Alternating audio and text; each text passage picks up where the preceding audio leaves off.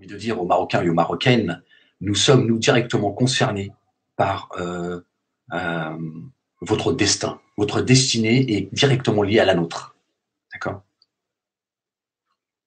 Nous, notre destin dépend de votre destinée et non pas le contraire. Votre destin, le Maroc ne dépend pas du destin de la France. Évidemment, il y a une corrélation directe, mais nous sommes, l'affaire Benalla est un signe évident, d'accord, pour le doué de raison, voilà, dans la relation entre le Maroc et la France. Benalla, l'intouchable, d'accord. Donc ça, j'aimerais que les Marocains le comprennent. On a signé un pacte d'expulsion des Français à partir de Marrakech. Et on a signé d'autres pactes, on a signé 3 pactes en l'espace d'une semaine. D'accord? Et ça, c'est l'effet Azoulay. D'accord? Donc moi, je dis aux Marocains, comment se fait-il que vous autres Marocains qui êtes sous la godasse de la famille royale, d'accord? Vous êtes sous la babouche de Mohamed VI aujourd'hui. Comment pouvez-vous accepter que celui qui dirige, celui qui conseille le Maroc, celui qui conseille le roi du Maroc, d'accord? En réalité, il ne le conseille pas. C'est bien plus que ça. Il dirige le Maroc. Mais restons sur celui qui conseille le roi du Maroc aujourd'hui, Mohamed VI, soit juif, talmudiste, pro-israélien. Comment se fait-il que vous acceptiez une telle chose? Est-ce que en Israël, on accepterait un musulman conseiller de Netanyahou? Est-ce que en France, par exemple, est-ce que quelqu'un de la communauté dite musulmane ou chrétienne pourrait s'occuper du kasher, comme les juifs, d'accord, s'occupent du halal, et qui veulent aujourd'hui s'occuper des voyages à la Mecque, etc., même si dans l'absolu ils sont derrière. Faut pas se leurrer, d'accord? Donc, comment se fait-il, vous autres Marocains, vous acceptez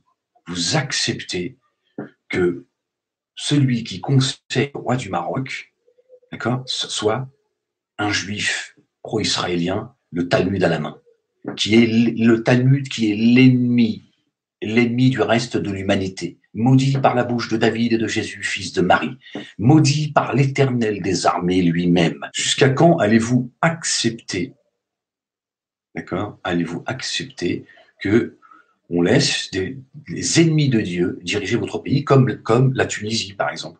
Quand on a un président tunisien qui nous explique que Al-Qur'an al-Hakim, le peuple tunisien, il parle en son nom, n'a aucune relation avec le Coran et son contenu, et qui donne les clés, d'accord, des frontières à un juif pro-israélien, le Talmud et le Zohar à la main, quand est-ce que les Tunisiens vont demander, d'abord poser des questions et demander des exigences, c'est-à-dire vous dégagez d'ici, vous dégagez. Comment ça se fait qu'on donne les clés du pays, de ces pays du Maghreb?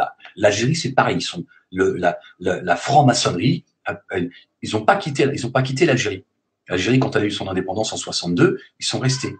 Voilà. Et ils maintiennent et ils pillent l'Algérie depuis le Maroc. Donc c'est eux qui créent les frontières, etc., etc. Quand est-ce que le Maghreb va commencer à poser des questions qui sont très simples? Comment se fait-il que au Maroc on permet de faire des manifestations monstres contre Israël, blablabla, comme une pseudo-démocratie, une pseudo-liberté, alors que celui qui dirige le pays travaille depuis le Maroc pour les intérêts israéliens. Donc à un moment donné, le Marocain, je veux dire, c'est quoi? Vous fumez trop? Vous êtes dans la peur à ce point-là? Ne les craignez pas, craignez-moi, je suis plus digne d'être craint. Excusez-moi, je vais pas être tendre avec vous, d'accord?